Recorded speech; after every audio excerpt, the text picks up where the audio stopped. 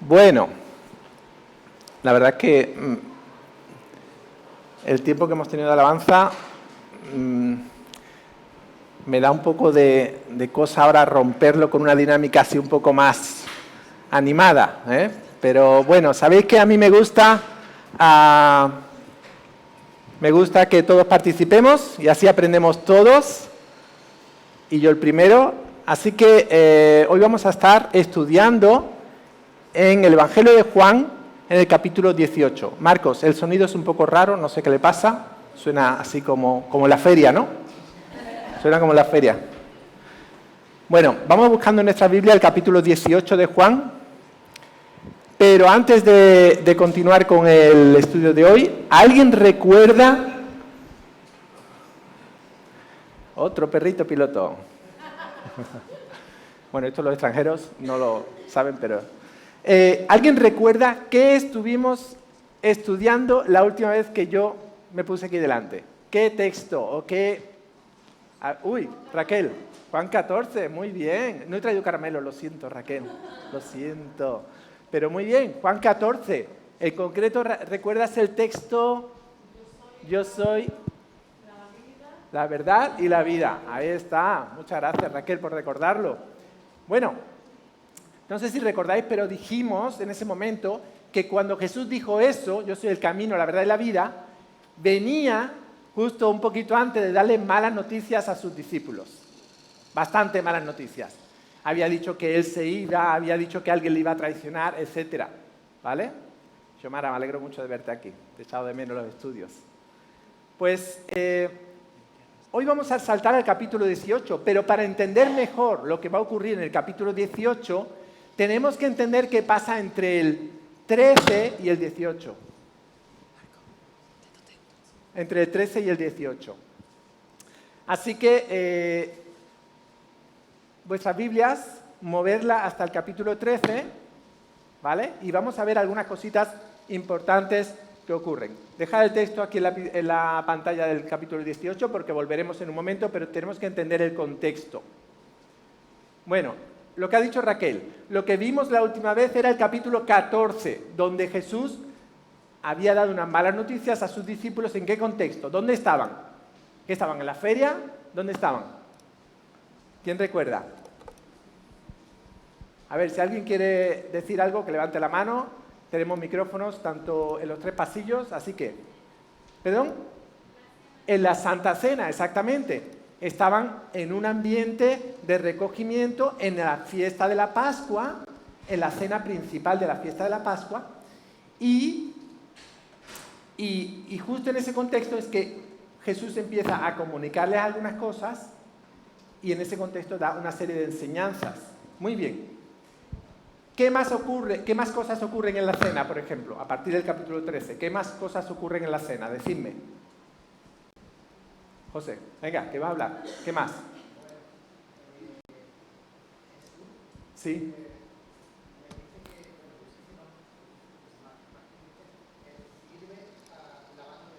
El lavamiento de los pies, exactamente. Jesús mismo se arrodilla y les lava los pies.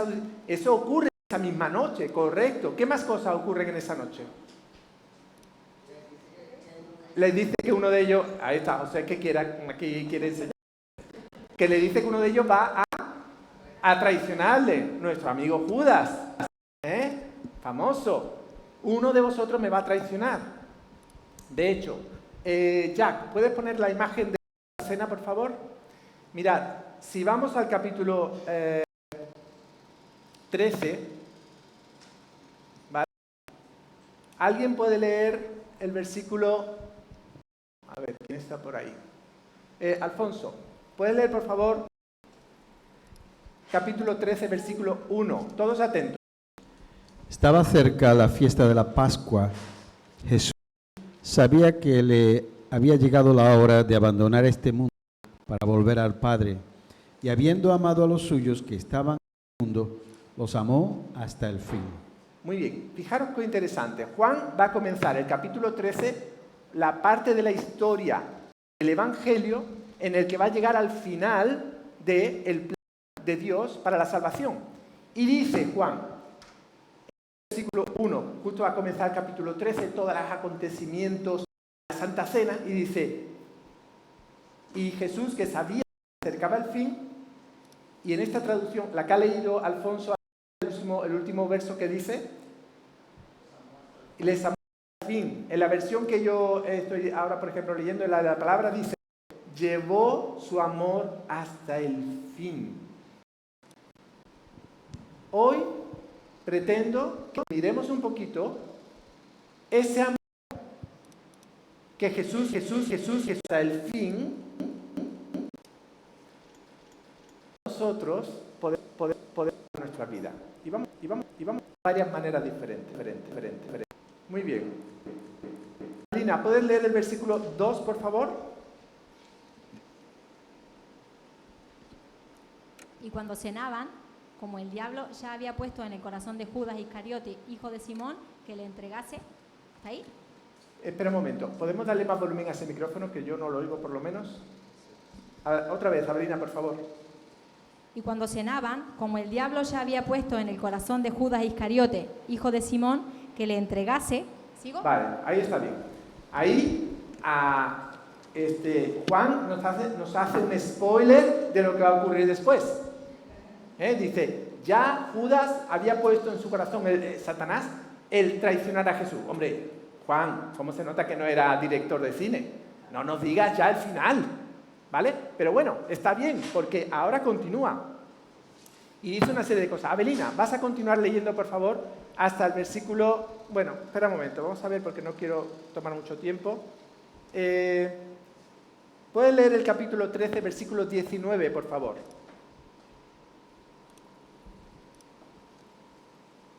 Desde ahora os lo digo antes que suceda, para que cuando suceda creáis que yo soy. Repite eso último. ¿Creáis que? Creáis que yo soy. Bueno, vamos a dejarnos esta frase aquí escrita, porque ya todos los que yo soy. Creáis que yo soy. ¿Quiénes me recuerdan algunas veces en que el evangelista Juan nos ha dicho cosas que Jesús ha dicho de él mismo? Yo soy, ¿qué? Por ejemplo, venga, rápido. La puerta, el camino, la verdad, la vida, la luz, el pan. Yo soy el que soy. Bueno, tú has ido ya al final del... Ya te has ido ahí al final de la película. Y Jesús ahora les dice a sus discípulos, yo os aseguro, versículo 19, os digo estas cosas ahora, antes de que sucedan, os lo digo antes de que ocurran, para que cuando ocurran, creáis. ¿Qué tenéis que creer? Que yo soy. Que yo soy todas esas cosas que he dicho, pero sobre todo que yo soy. Y ese yo soy, pues lo vamos a dejar ahí, pero alguno de vosotros ya está en la cabeza pensando, yo soy, yo sé lo que es. Yo sé a qué se refiere. Y quizás otro decir, ¿qué es lo que se refiere? Lo vamos a ver ahora después. Voy a dejarlo ahí en suspense y después continuamos. Muy bien. Ahora sí, voy a pedir, Luis, ¿tú me puedes leer un texto? Venga, hombre, no me digas que no. Bueno, lo he intentado. A ver, por aquí. Karina, ¿puedes leer tú un texto? ¿Tienes ahí el capítulo 13 buscado? Pues vas a leer del versículo 21 al 30, por favor. Adelante. Jesús anuncia la traición de Judas. Habiendo dicho Jesús esto, se conmovió en espíritu y declaró y dijo, de cierto os digo que uno de vosotros me va a entregar. Entonces los discípulos se miraban unos a otros, dudando de quién hablaba. Y uno de sus discípulos, al cual Jesús amaba, estaba recostado al lado de Jesús. A este, pues, hizo señas Simón Pedro para que preguntase quién era aquel de quien hablaba. Él, entonces, recostado cerca del pecho de Jesús, le dijo, Señor, ¿quién es? Respondió Jesús, a quien yo diere el pan mojado, aquel es. Y mojando el pan, lo dio a Judas Iscariote, hijo de Simón. Y después del bocado, Satanás entró en él. Entonces Jesús le dijo: lo que vas a hacer, hazlo más pronto. Pero ninguno de los que estaba en la mesa entendió por qué le dijo esto. Porque algunos pensaban, puesto que Judas tenía la bolsa, que Jesús le decía: compra lo que necesitamos para la fiesta y que diese algo a los pobres. Cuando él, pues hubo tomado el bocado, luego salió y era ya de noche. Muchas gracias. No vamos a entrar, este texto tendría mucho que estudiar y que aprender de aquí, pero solamente quiero un par de detalles que nos van a servir luego cuando estudiemos el capítulo 18 para entender una serie de cosas. Vale, en este capítulo, en este texto, Juan nos explica cómo Judas comienza su plan. Pero permitidme que os pregunte algo. ¿Quién es quien realmente inicia el plan de Judas? ¿Quién creéis que está, según lo que Juan nos dice, quién es el que está lanzando a Judas a hacer su plan? Es Satanás, por un lado, que pone la semilla, ¿verdad? Dice Juan, ya Satanás había puesto esta idea en su cabeza. Muy bien, Satanás pone la idea en la cabeza, pone la intención en su corazón y luego hay otro actor también que toma acción. ¿Quién es? ¿Quién? ¿Escuchado? ¿Cómo? ¿Quién ha dicho Jesús? ¿Quién le ha dicho? Uy. ¿Estás segura? ¿Por qué dices eso? A ver, un micrófono. Venga, Sergio, hay que correr. No nos podemos quedar sentados. David, más al centro. Marcos, para acá. Vamos a estar atentos para correr rápido. A ver, ¿por qué crees tú que Jesús... Bueno, porque Jesús le dice... Bueno, dice, pero en el versículo 27, sí. Y después del bocado Satanás entró en él. Sí, Entonces claro. Jesús le dijo, Madre lo mía, que vas a hacer, hazlo más pronto. ¿Eso pone en tu Biblia? Claro. Y la de todos, vaya. Ah, muchas gracias. Efectivamente. ¿Qué podríamos concluir de esto? ¿Qué aprendemos de esto? ¿Qué aprendemos? El plan continúa, no es que acabe aquí. Pero ¿qué podemos aprender? ¿Qué aprender? A ver, Sara, venga. Esperamos micrófono. Sara, un momento. Que Jesús quiere que cumpla el plan.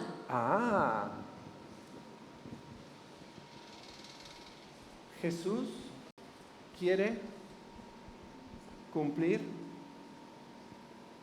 el plan. ¿Qué más? Raquel. Que Jesús conoce nuestro corazón. Que Jesús conoce nuestro corazón, exactamente. ¿Qué más?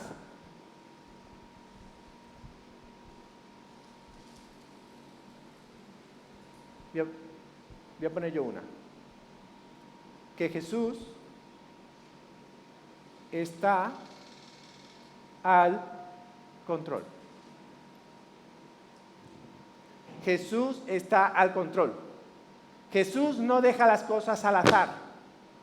¿Quién sabe incluso si Jesús vio en Judas la duda?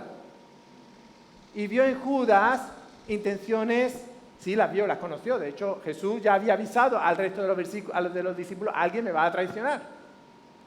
Ninguno de los discípulos sabía, excepto Judas, que él ya había iniciado el plan y Satanás había puesto esa idea en su cabeza. Pero Jesús no lo deja todo al azar y dice, Judas, versículo 27, lo que vas a hacer, hazlo pronto, hazlo cuanto antes, porque lo vas a hacer, yo lo sé. No lo dejes esperar porque el plan de Dios tiene que seguir adelante. Ahora, versículo 18 dice, ninguno de los comensales entendió por qué Jesús le dijo esto. ¿Por qué creéis que ninguno se enteró? ¿Qué pasa? ¿Que estaban dormidos? ¿Qué pensáis?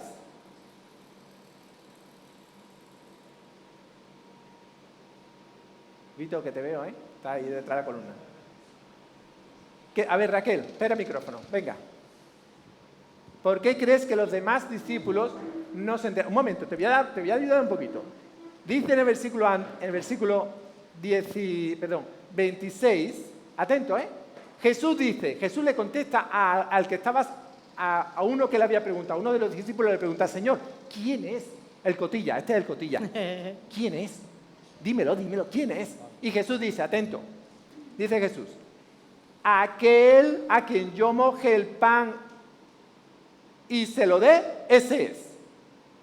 Jesús no dice su nombre, pero dice, te voy a dar una pista. A quien yo moje el pan y se lo dé, ese es.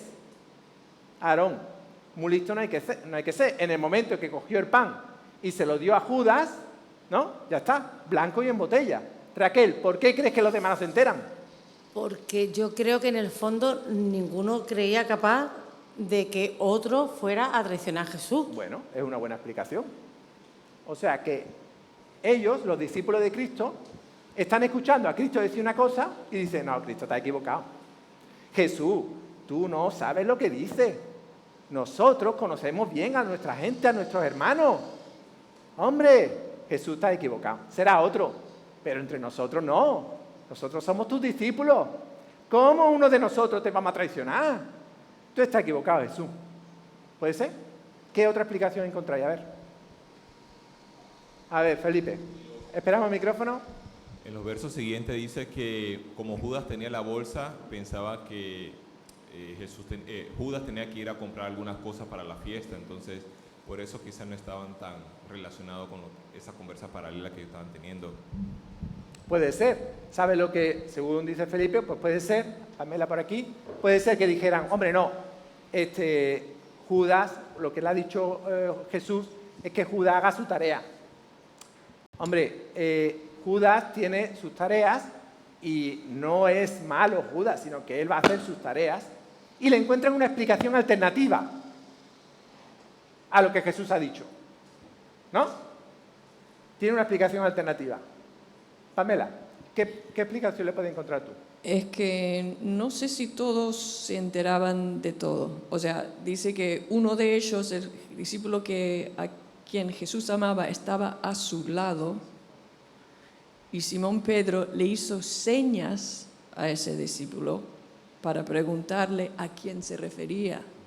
Entonces, eso me dice, la persona al lado, que tenemos un gran círculo de personas y la persona al lado tiene otro que le hace unas señas, no significa que todo el mundo entendía lo que le estaba preguntando a Jesús y que cuando se mojaba el pan y se lo dio, ¿qué significado tenía esto? Así, puede ser. ¿Puedes venir un momento? Sí, Tara, tú, por favor, ¿puedes venir un momento aquí? Pamela tiene razón.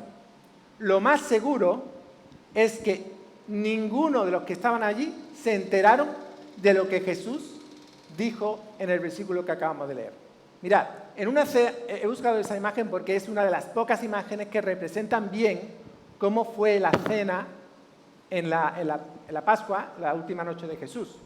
Cuando los judíos se sientan a la mesa, no se sientan como nosotros, de frente, sino que se recuestan. Entonces, Tara y yo estamos en una cena junto con otra gente, una cena judía, y lo que hacemos es tumbarnos en el suelo, las mesas son mucho más bajas, como se ve allí, y cada uno se recuesta sobre su brazo izquierdo. Entonces, así, ¿vale? Y todos en círculo estamos comiendo así, porque con el brazo, mano derecha vamos comiendo. Si yo soy Jesús, Tara es la única que me escucha en mi conversación suave. A no ser que yo lo hable fuerte. Pero Tara es ese discípulo amado que le pregunta a Jesús, se arrima, y le dice, Jesús, ¿quién es? Dímelo, Jesús. Pedro está al otro lado de la mesa, atento, está ahí. Juan, pregúntale Juan, ¿vale? Y Tara me lo pregunta, pero Tara es la única que se entera de lo que ha ocurrido. Muchas gracias, Tara. ¿Qué nos enseña esto? Primero, que cuando leamos las Escrituras tenemos que tener en cuenta cómo ocurrieron las cosas realmente y no leerla a través de nuestro enfoque cultural actual, porque a veces no encaja. Y esto nos ayuda a veces a entender mejor cómo pueden ser las cosas. Pero también nos enseña que no podemos juzgar a nuestros hermanos por lo que hagan, porque a veces es que no se han enterado de lo que Jesús ha dicho. Y lo que necesitan es escuchar a Jesús primero. Y cuando conozcan la palabra de Jesús, entonces sí podrán actuar más correctamente. Bueno, pues con esto ahora vamos a saltar al capítulo 18, ¿vale? Y quiero que recordéis que entre el capítulo 13 que acabamos de leer y el capítulo 18, ya podéis ir buscándolo en vuestras Biblias, vamos a poner el texto aquí, van a ocurrir las siguientes cosas. Atentos, atentos. ¿Qué cosas ocurren entre el capítulo 13 y el capítulo 18? Ocurre, yo soy el camino a la verdad de la vida, ¿vale? Esa enseñanza tan fuerte. Ocurre que Jesús les enseña sobre la llegada del Espíritu Santo. Atentos. Por primera vez, extensivamente les habla de la promesa del Espíritu Santo. En el capítulo 15 les enseña sobre yo soy la vid, vosotros los pámpanos. Qué predicación más preciosa, qué enseñanza más preciosa. Y en el capítulo 19, Xiomara, ¿qué hace en el capítulo 19 Jesús? ¿Te acuerdas? El 17 ora por nosotros. Esa es la oración por sus discípulos. Qué preciosa oración. Mira, vamos a leer un versículo antes de entrar al 18. ¿Quién lee? Capítulo 13, versículo 34. A ver, ¿quién me lo tiene por ahí? Vito, ¿estás preparada? 13, 34. Una enseñanza que les da Jesús importantísima. ¿Qué les dice? Un mandamiento nuevo os doy. Uy, espera un momento, que un mandamiento nuevo nos va a dar Jesús. A ver, ¿cuál es? Que os améis unos a otros como yo os he amado. Que también os améis unos a otros. Madre mía, Jesús está a punto de ir a la cruz, está a punto de ocurrirle lo que hoy vamos a leer, y dice, atentos, que os voy a dar una herramienta poderosa. Jesús no da muchos mandamientos, pero este, dice, es nuevo, y está basado en el amor. Y el mandamiento es dos partes. Amaos, ama a tu prójimo, ¿vale? Y dice, y ámalo, ¿hasta dónde tenéis que amarlo? Hasta el fin, como yo os voy a amar. Bueno, pues con todo esto en la cabeza, ahora sí vamos a leer el capítulo 18. Así que me muevo yo al capítulo 18 también. Tranquilo, vamos a leer solamente una parte pequeñita, ¿vale? Voy a leerlo yo mismo. Dice, vamos a leer del versículo 1 hasta el versículo 12. Dicho esto, salió Jesús acompañado de sus discípulos.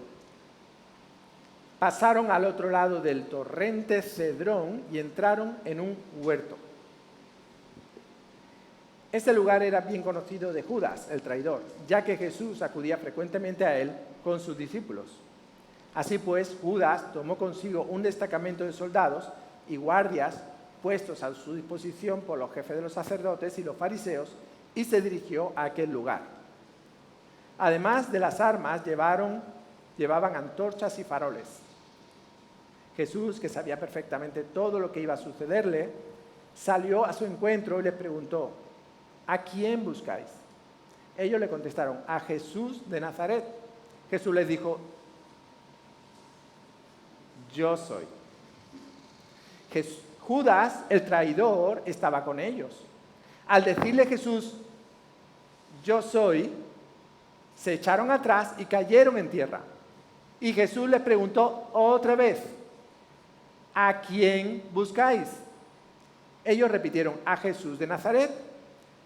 Jesús les dijo, ya os he dicho que yo soy. Por tanto, si me buscáis a mí, dejad que estos se vayan. Y así se cumplió lo que él mismo había dicho, no he perdido a ninguno de los que me confiaste. Entonces, Simón Pedro, que tenía una espada, la desenvainó e hirió con ella a un criado del sumo sacerdote cortándole la oreja derecha. Este criado se llamaba Malco. Pero Jesús le dijo a Pedro, envaina la espada. ¿Es que no he de beber esta copa de amargura que el Padre me ha destinado? La tropa con su comandante al frente y los guardias judíos arrestaron a Jesús y lo maniataron.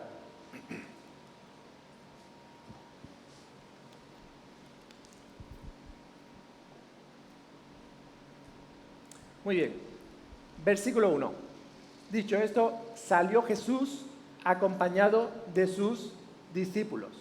¿De dónde salió Jesús? ¿De dónde? De la cena. Estaban en la cena, ya se había acabado la cena, se habían tomado la última copa de vino. Y dice Jesús, venga, vámonos. ¿A dónde van? ¿A dónde, Nelly? Al monte. ¿A qué monte? No a los montes de Málaga.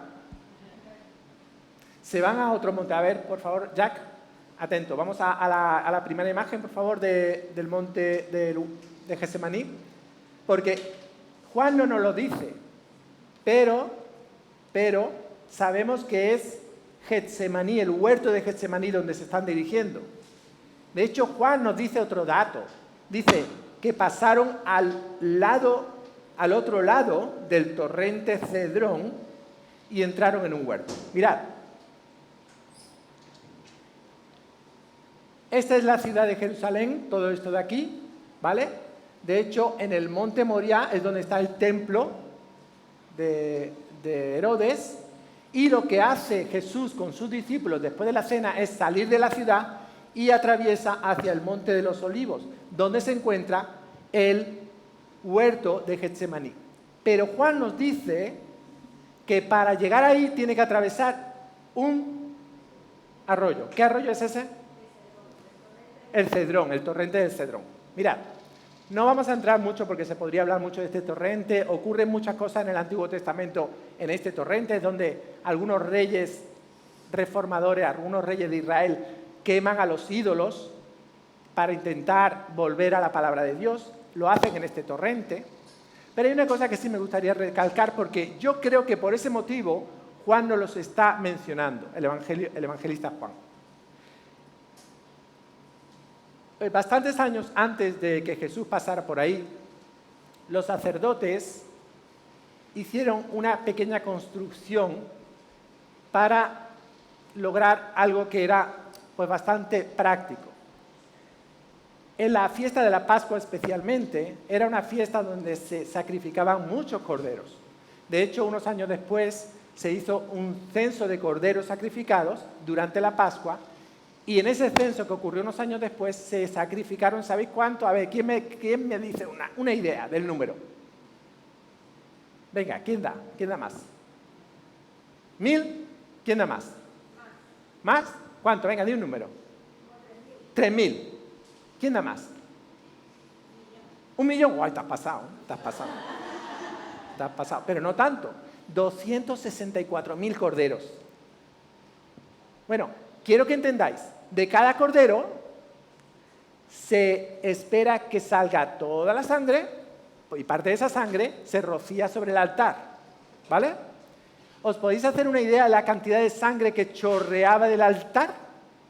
Pues lo que hicieron los sacerdotes es crear un canal desde el altar del templo para derivar toda la sangre a el torrente de Cedrón. Así que cuando Jesús está pasando por allí y sus discípulos está viendo toda la sangre derramada en los días anteriores por miles y miles de corderos. Y Juan nos dice eso porque Juan sabe que esa sangre limpia parte de los pecados durante parte del tiempo. Pero Jesús está a punto de derramar su sangre para limpiar todos los pecados durante toda la eternidad. Y yo te quiero decir algo. Si la sangre de Jesús todavía no ha limpiado tus pecados, tengo buena noticia. Estás a tiempo. Esa sangre no se seca. Esa sangre sigue disponible para limpiar tus pecados, para cubrirlos totalmente. Jesús llega al huerto y Jesús sabe lo que va a ocurrir. Dice que va al huerto de Getsemaní sabiendo que Judas está preparando su arresto. Judas viene a ese huerto porque lo conocía y sabía que Jesús va allí a orar con sus discípulos y viene con un destacamento de soldados. Jack, ¿puedes poner el destacamento de soldados, por favor? ¿Cuántos soldados trae un destacamento de soldados? ¿Quién me lo dice? 600, madre mía. ¿Tú has estado en la mili allí en Roma o algo?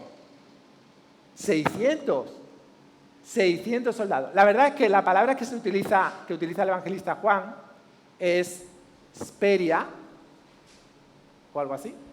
Y eso se puede referir a un destacamento entero, que son 600 soldados, o a una parte del destacamento. Pero como mínimo eran unos 40 soldados.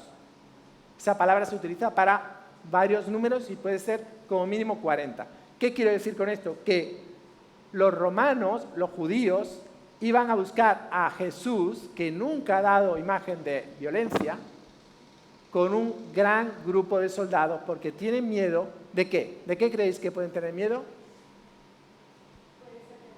¿Del pueblo? Puede ser. Sabían que el pueblo estaba a favor de Jesús. Un poquito después ya no, pero ahora estaba a favor de Jesús. ¿De qué más puede tener miedo? De Jesús mismo, puede ser. Oye, que Jesús ha hecho milagros, que Jesús tiene poder. Puede que también de sus discípulos. Oye, que estos son, algunos de los discípulos son un poco fanáticos, ¿eh? He visto a uno que lleva espada y todo. Puede ser. Y allí se acercan y en contra de lo que ellos esperaban, que iban con sus antorchas quizás para buscar en las cuevas. Es muy interesante. Podéis buscar en internet, en YouTube, hay vídeos actuales del Valle del Cedrón y está plagado de cuevas pequeñas, ¿vale? Donde se refugiaba gente y quién sabe si ladrones, y estaban dispuestos a buscar a Jesús, pero se llevan una sorpresa. En vez de tener que perseguir y buscar a Jesús, ¿qué ocurre? Jesús sale a su encuentro. Versículo 4. Jesús dice, yo no me escondo, porque este es el plan de Dios. Y yo quiero cumplir el plan de Dios. Y sale al encuentro de este grupo nutrido, numeroso de gente que venía a arrestarle. Y dice, hola, ¿cómo estáis? Buenas noches. ¿Qué se os antoja por aquí? ¿Qué les pregunta? ¿Qué les pregunta? ¿A quién buscáis? Ahora, un detalle interesante. Ellos le responden, buscamos a Jesús de Nazaret.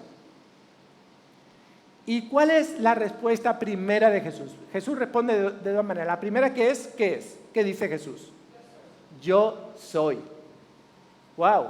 Esas palabras que ya Jesús le había avisado a sus discípulos que la iban a aprender bien, esas palabras para un judío, ¿qué significaban?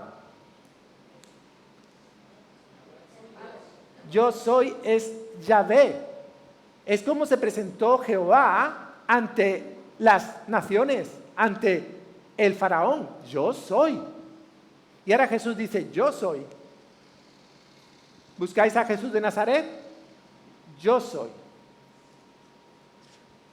Bueno, no vamos a entrar en el detalle que dice el versículo 5, que ellos dicen que se echaron atrás y cayeron en tierra. Bueno, otro día podemos hablar más en detalle, podemos pensar por qué se cayeron, qué pasó, pero me gustaría que nos centráramos en otra cosa.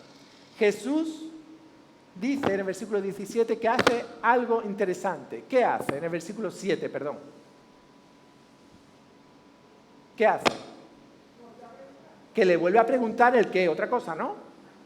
¿Lo mismo? ¿Es seguro? Jesús, pero sí ya estaba claro, ¿no? Le han preguntado, él ha respondido, se han caído incluso, y Jesús le vuelve a preguntar otra vez lo mismo. ¿Por qué? ¿Por qué creéis que Jesús se lo pregunta de nuevo? Un momento, micrófono. Xiomara. Pienso que era para proteger a los discípulos. ¿Ah? Para que se centraran en él nada más. ¡Qué interesante! ¿Y por qué? ¿Por qué preguntándole dos veces crees que...? Claro, porque él tenía que proteger a los discípulos porque él iba a morir y ellos eran los que se iban a encargar de llevar la palabra de Dios por todas partes. Qué interesante. ¿Sabéis que en el mundo, en este entonces, cuando un testigo en un juicio declaraba 2 veces lo mismo, se consideraba como verdadero? De hecho, tenía que haber más de una persona para que testificara lo mismo y ya se consideraba verdadero. Entonces, al preguntarle 2 veces a los que venían, digamos, el cuerpo judicial que venía a arrestarle, al preguntarle 2 veces y ellos contestar 2 veces la misma pregunta, la misma respuesta, buscamos solo a Jesús de Nazaret, estaban en ese momento eliminando al resto de sus discípulos del problema. Jesús, efectivamente, como dice Xiomara, está intentando dejar claro que es a Él al quien le busca para dejar libre a todos sus discípulos. De hecho, Juan nos lo dice en el versículo 9. Versículo 8. Ya os he dicho yo que soy yo, por tanto, si me buscáis a mí solo, dejad a mis discípulos. Por tanto, Jesús, en estas circunstancias tan duras para su vida, en que está a punto de ser arrestado para ser asesinado, está cuidando a su pueblo, a sus discípulos.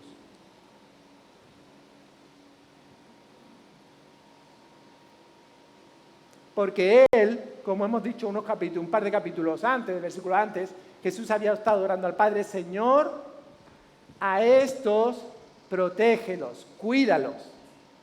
Y Jesús continúa con su plan, pero intenta que sus discípulos no sufran daño. ¿Alguien tiene alguna pregunta antes de avanzar? ¿Algún comentario? Raquel, por aquí, micrófono. Que me enseña a mí misma cuando dice: de los que me diste, no perdí ninguno. ¿No? No solo era por sus discípulos, sino que Jesús enseñó también a ir a por la oveja perdida, ¿no? Así es.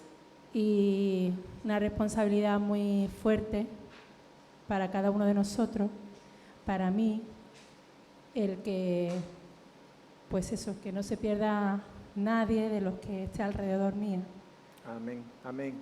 Ni que sea por mi culpa, vaya, tampoco. Muy bien, de hecho, este comentario que hace Raquel me viene muy bien para enlazar, y no lo hemos ensayado, pero me viene muy bien para enlazar con el siguiente versículo, donde vamos a encontrar a uno de los discípulos de Jesús que piensa que él sí puede actuar y puede cuidar a Jesús. Super Pedro, nuestro amigo Pedro. Dice en el versículo 10, entonces Simón Pedro, que tenía una espada, la desenvainó. ¿Puedes, por favor, Jack, poner la siguiente? La desenvainó e hirió ¿a quién? ¿A quién? Al siervo de quién? Del sacerdote, del sumo sacerdote. ¿Quién recuerda quién es el sumo sacerdote ahora mismo? En ese entonces, Anás. Bueno, Anás no estaba en ese grupo, no había venido. Anás había quedado en su casita.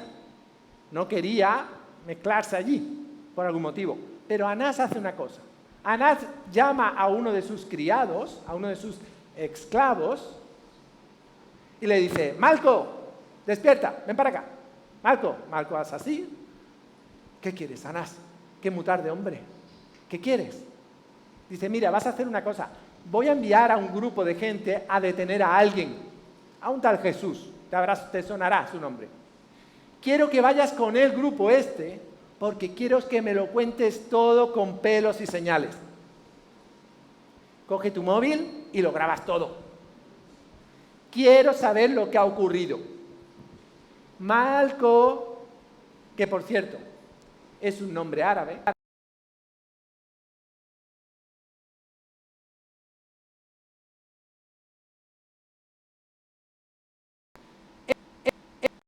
Pone su y dice, güey, coge su móvil, grabar, a ver, voy a empezar a grabar por si acaso ocurre algo.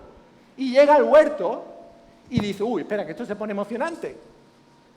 Y empieza la conversación de que Jesús contesta otra vez, yo soy, y él grabando con el móvil.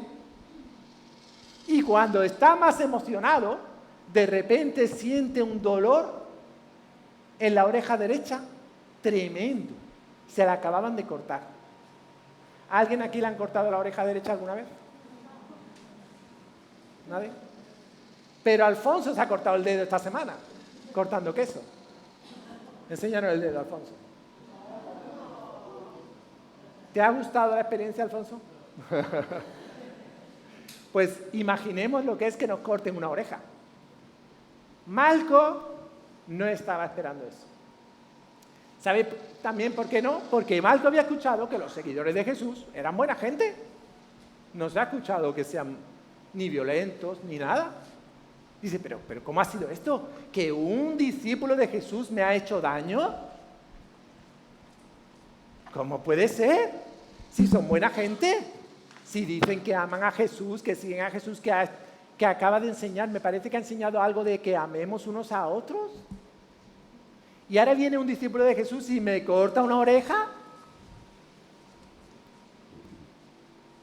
Malco había venido a tener un encuentro con Jesús y se encuentra que uno de sus discípulos le hace daño.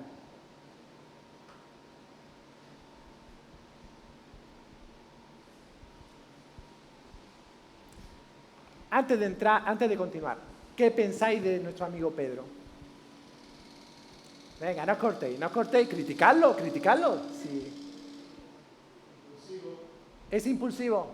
Pedro es impulsivo. Ya lo hemos conocido un poquito antes, en otras ocasiones también era impulsivo. Fue el primero que se echó al agua. Yo, Jesús, yo no sé nadar, pero yo me echo al agua porque yo quiero andar, ¿no? Sobre el agua. Más cosas. ¿Quién dice la gente que soy yo? Yo sé. Etcétera. Pedro era impulsivo y Pedro, con su impulso, no puede evitarlo.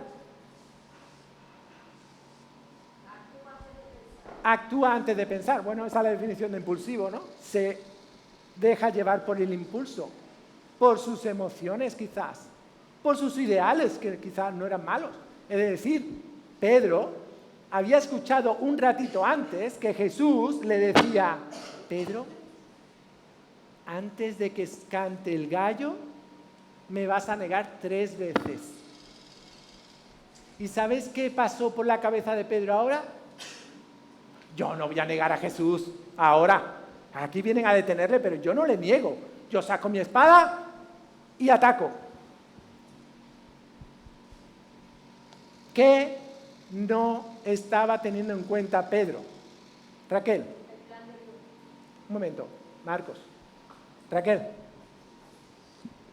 No entendió el mensaje de Dios del amor. Parece que no, ¿verdad? No entendió el plan completo de Dios. Jesús no había dicho un poquito antes, yo voy a morir, yo os voy a dejar. De hecho, inmediatamente la respuesta de Jesús le recuerda esto, oye Pedro, envaina la espada, es que no he de beber esta copa, es que no he de pasar yo por este trance, ¿tú lo vas a evitar? ¿Tú crees que tú vas a poder ir en contra del plan de Dios? Con tu buena voluntad, porque tenía buena voluntad, no era mal lo que estaba intentando hacer, defender a su maestro. Pero lo hizo sin tener en cuenta las palabras de su maestro, que le había dicho un ratito antes, amaos los unos a los otros. La violencia no es el camino, no es quitar la vida del otro, es entregar tu vida. Ese es el camino. ¿Sabes qué? Aunque tu hermano te haga daño, no le quites la vida. Jesús nos recordaría un poquito antes, ¿sabes qué? Que cuando digas algo mal de tu hermano le estás asesinando. Así que no le quites la vida, ámalo. Sí te ha hecho daño, pero sabes, a lo mejor estaba intentando incluso seguir mi voluntad. El problema es que no me escuchó.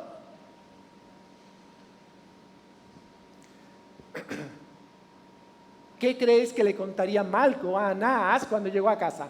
Venga, decidme. A ver, José. Marco, un momento. Adelante. Le contó algo contradictorio a lo que él había escuchado antes. Venga, dímelo. Malco, ¿cómo ha ido la cosa? Cuéntame. Pues que eran agresivos, por ejemplo. Oye, que eran agresivos. ¿Eran agresivos? ¿Tú crees? Desde el punto de vista de Marcos, sí, porque Claro, le falta la oreja. Que Jesús te atacó y te lanzó un rayo. ¿Qué hizo Jesús? ¿Qué hizo Jesús, Malco?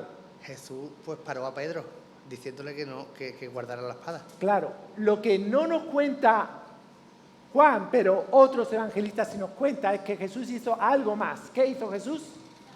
Le sanó. Es que a Juan se le ha olvidado eso.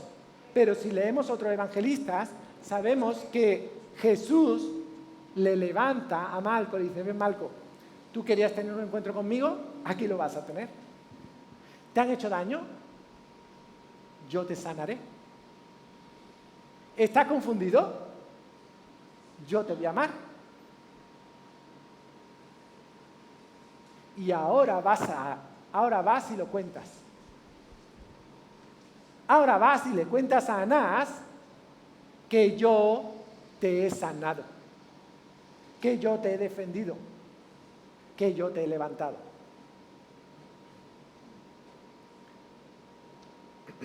El evangelista Juan es el único que nos da el nombre de Malco.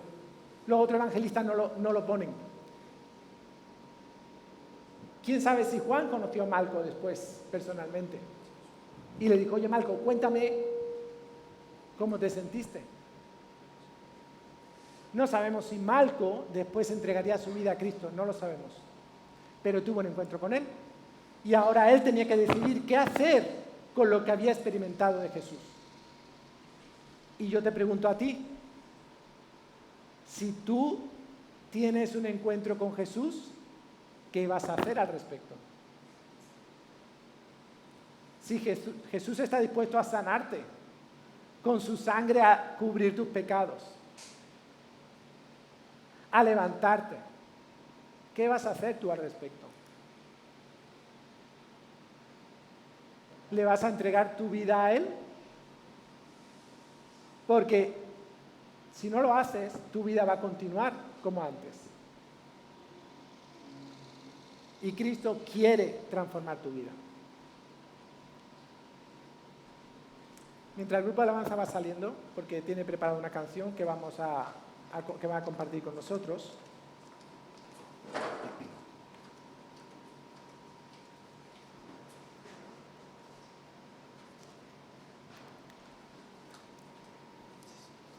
Me gustaría que entre todos compartiéramos. Marcos, ¿puedes subirle un poquito más el volumen? Por favor, todo lo que puedas. Que me dijerais qué ha demostrado Jesús en esta historia del capítulo 18. ¿Qué ha demostrado Jesús sobre sí mismo? ¿Qué hemos aprendido de Jesús en esta pequeña historia? Su infinito amor. ¿Qué más? Que tenía claro el plan del Padre. Y no solo lo tenía claro, sino que colaboró en el plan del Padre. ¿Qué más?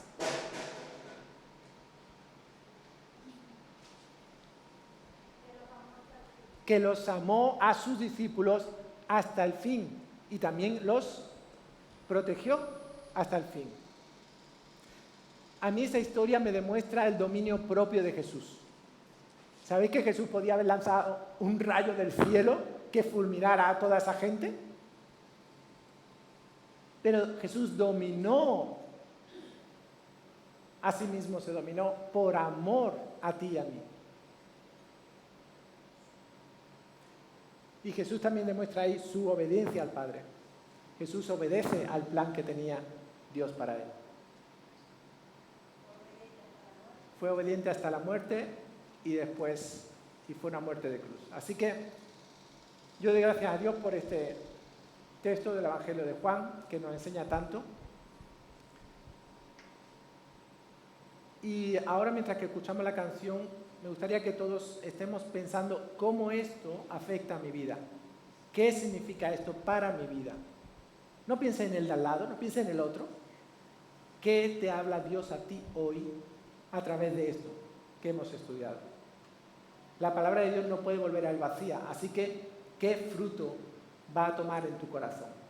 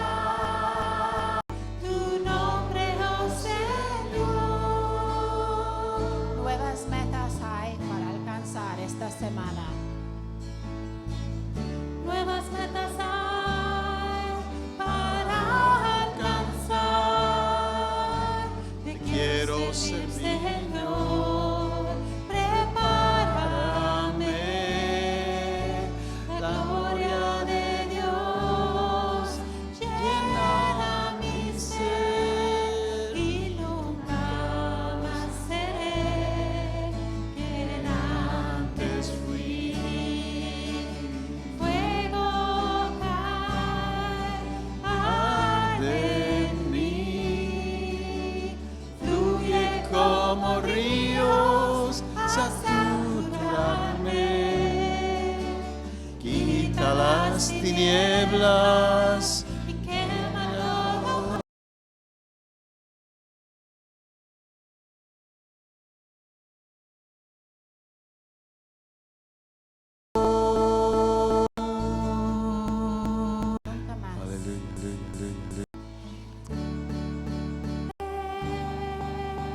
Cámbianos, trabaja en nosotros, haz la obra completa. No queremos seguir siendo igual, necesitamos una transformación completa. Y por eso oramos. Haz la obra en nosotros. Déjanos mirarte en el huerto y descubrir que allí tú estabas entregándote por nosotros. No podemos comprender tanto amor, pero te damos gracias por él. Gracias, Señor. Tú diste tu sangre, tú diste tu vida para que nosotros pudiésemos tener vida. Gracias por amarnos. Gracias por haberte preocupado de los tuyos. Gracias por haber llegado hasta el final. Reconocemos tu obra. Reconocemos quién eres. Tú eres el gran yo soy. Tú eres, Señor, aquel que nuestra alma necesita. Tú eres aquel que puede venir a nuestras vidas y transformarnos y hacernos de nuevo. Y por eso te damos gracias. Gracias porque no eres solamente aquel buen hombre que murió en la cruz. Gracias que tú eres la resurrección y la vida. Y el que esté muerto y cree en ti, aunque esté muerto, vivirá. Nosotros te adoramos, Señor Jesús, porque tú eres Dios encarnado. Nosotros te bendecimos porque tocaste nuestra vida y nos devolviste los oídos para poder oír tu palabra. Y nos abriste los ojos para que tu luz nos iluminara. Te adoramos, Señor Jesús. Te adoramos. Aleluya. Si hay alguien aquí en esta tarde que todavía no le ha dicho, Señor, ven a mi corazón, ahí donde estás, puedes decírselo audiblemente, puedes hacerlo en voz alta o en silencio, pero tienes que hacerlo. Porque has oído que Él se entregó por ti. Has oído que Él te amó hasta el fin. Y es más, los que estamos aquí somos testigos de que resucitó, que está vivo, que vive en nuestro corazón y un día nos tocó y nos dijo, sígueme. Y hoy en esta mañana el Señor te está diciendo, sígueme. Pégate a Él, entrégale tu vida. Y la transformará por completo. Si estás ahí y lo sientes, dile, Señor, ven a mi vida. Señor, cámbiame. Señor, perdóname mis pecados y dame tu vida. La recibo porque para eso la entregaste, para vivir.